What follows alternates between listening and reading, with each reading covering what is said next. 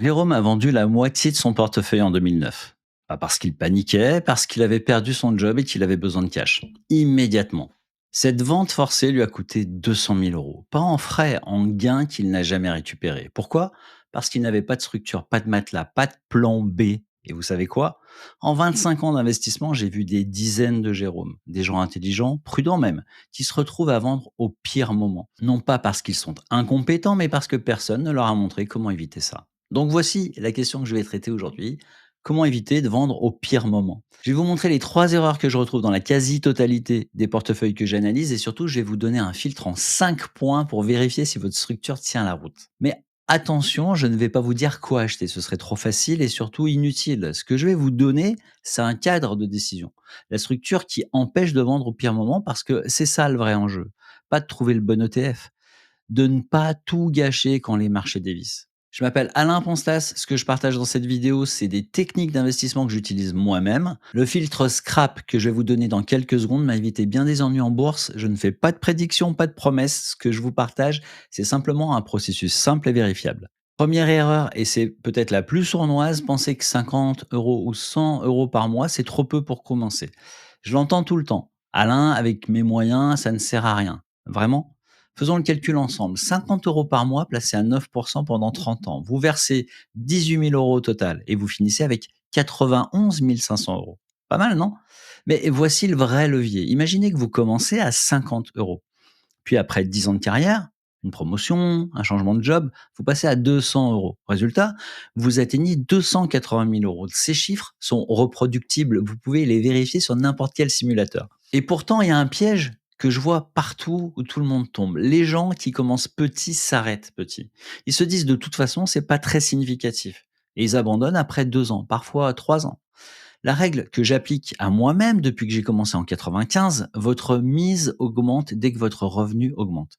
Une promotion, vous ajoutez 50 euros. Un bonus de fin d'année, vous en mettez 100 de plus chaque mois. Pas parfait, mais c'est ce qui fonctionne. Vous voulez savoir le plus beau? Au bout de quelques années, vous ne remarquerez même plus ces augmentations. Elles deviendront automatiques. Et c'est là que la magie des intérêts composés va faire son travail.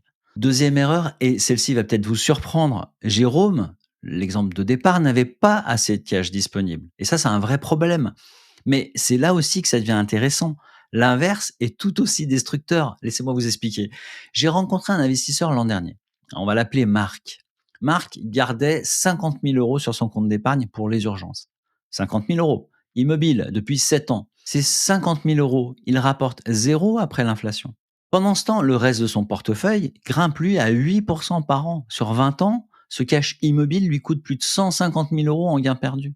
150 000 euros, c'est le prix d'avoir une peur excessive.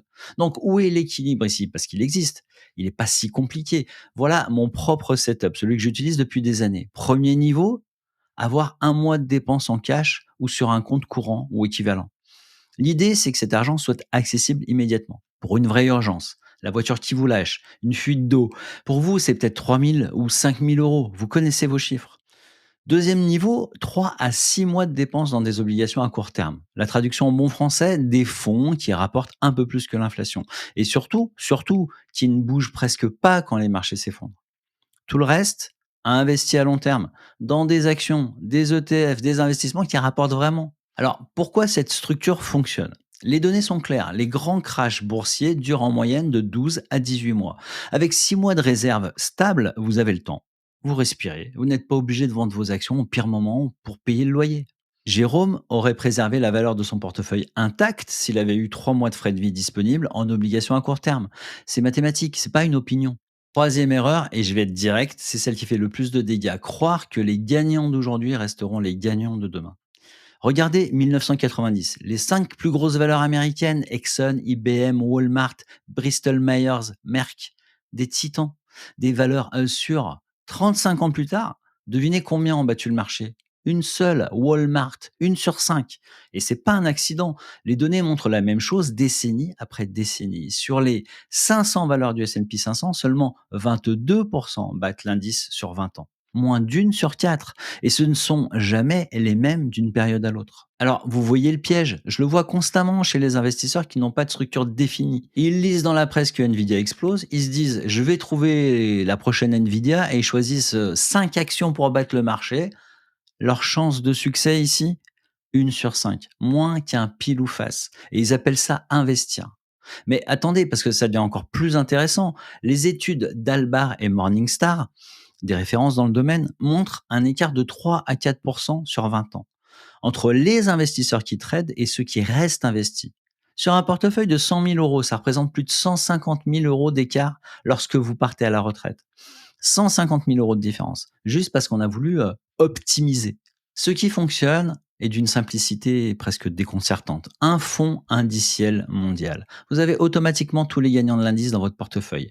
Vous ne paniquez pas quand une action plonge de 40% et vous ne prétendez pas battre les algorithmes de Wall Street avec votre téléphone. Maintenant, laissez-moi vous donner un outil concret, un filtre en 5 points pour vérifier si votre structure tient bien la route. Moi, je l'appelle SCRAP. 5 lettres, 5 critères. Je vous suggère de les noter. S pour sécurité. Avez-vous une somme conséquente en cash ou équivalent disponible immédiatement pour parer aux mauvaises nouvelles du quotidien? Avez-vous de 3 à 6 mois de frais de vie en obligations court terme? Des valeurs dont le prix varie peu, quelque chose qui ne bouge pas. Et si vous n'avez pas ça, vous vous exposez à avoir un syndrome Jérôme. Vous risquez de devoir vendre vos actions au pire moment. C, scrap, SC, croissance automatique. Est-ce que vos investissements sont réguliers? Leur montant augmente-t-il en même temps que votre revenu? Si vous gagnez plus qu'il y a 5 ans, mais que vous investissez de la même manière, vous stagnez. R, répartition diversifiée. Est-ce que vous avez plus de 50 lignes dans votre portefeuille? Parce qu'un seul ETF monde suffirait à le faire le même travail. Un MSCI World, c'est 1500 entreprises dans 23 pays. Une seule ligne pour une diversification maximale. A, absence de paris sectoriel. Est-ce que vous avez plus de 10% sur une seule action ou un seul secteur? Si c'est le cas, vous jouez à la loterie, pas à l'investissement. P, patience documentée. Est-ce que vous avez écrit votre horizon d'investissement quelque part? 15 ans, 20 ans, 30 ans? Sur un papier, un fichier, n'importe quoi. Si vous ne l'avez pas fait, vous vendrez à la première chute des marchés boursiers de 20% et vous perdrez finalement énormément d'argent. Vous avez 5 critères. Si vous cochez les 5, vous êtes dans la catégorie des investisseurs qui gagnent sur le long terme. Si vous en manque un ou deux, vous savez exactement sur quoi vous pouvez vous améliorer. Donc, à quoi ressemble un portefeuille type avec cette méthode? Alors, 80% sur un ETF monde, le MSCI World par exemple. Vous avez 1500 entreprises dans 23 pays développés, une seule ligne à gérer, une diversification que même les institutionnels vous envient. 20% sur des obligations à court terme. C'est votre matelas, celui qui ne bouge pas quand les marchés paniquent, celui qui vous permet de dormir. Et la taille de votre allocation, je recommande 20% de votre revenu net mensuel. Si vous gagnez 4000 euros net, c'est 800 euros par mois. Cette structure d'investissement va vous demander 15 minutes par mois à gérer, pas plus, vraiment. Alors je sais qu'en France, on aime bien le livret A. On me dit souvent, le livret A, ça au moins c'est du sûr. Parlons-en du livret A. Maintenant qu'il est passé à 1,7%, vous perdez de l'argent en termes réels dès que l'inflation dépasse 1,7%, ce qui arrive régulièrement. En 2024, l'inflation était à 2%. En 2023, 4,9%. En 2025, l'INSEE estime qu'on va arriver à 1% en France. On parle bien des chiffres quand même très discutables de l'INSEE. Vous savez, l'inflation de l'INSEE ne prend pas en compte la hausse des prix de l'immobilier ou de l'énergie. Donc, sur 20 ans, le livret A ne vous rendra jamais riche. Mathématiquement, c'est impossible. Mais le livret A peut être parfait pour votre premier mois d'urgence. L'argent est accessible en 2 clics. Mais alors, garder un livret A comme stratégie principale, c'est se condamner à stagner pendant que l'inflation grignote votre pouvoir d'achat année après année. Franchement, c'est un outil de parking, un frigo, pas un outil d'investissement. Maintenant, soyons honnêtes, parce que je refuse de vous vendre du rêve, je ne sais pas si l'IA va créer une nouvelle bulle technologique. Je ne sais pas si la géopolitique va plomber les rendements des 10 prochaines années. Je ne sais pas quel secteur dominera en 2035. Personne ne le sait. Et ceux qui vous prétendent le contraire vous racontent des histoires. Mais ce que je sais, c'est que si vous avez une structure d'investissement solide, une enveloppe de cash pour couvrir les situations d'extrême urgence, une enveloppe qui couvre 3 à 6 mois de frais, investie dans des obligations, et que le reste de votre portefeuille d'investissement est investi dans des indices diversifiés avec des montants qui augmentent en même temps que vos revenus, alors vous allez gagner sur le long terme. Alors, attention, c'est pas une certitude, c'est une probabilité validée par 80 ans de données. Et clairement, c'est une des meilleures probabilités disponibles. Alors, le framework Scrap, c'est le filtre. Mais la formation gratuite de 7 jours, le lien est en description, c'est l'application concrète. Vous repartez avec un portefeuille structuré, pas juste des idées, des actions concrètes. Le lien est en description. C'est gratuit et je n'ai aucun lien d'affiliation avec qui que ce soit.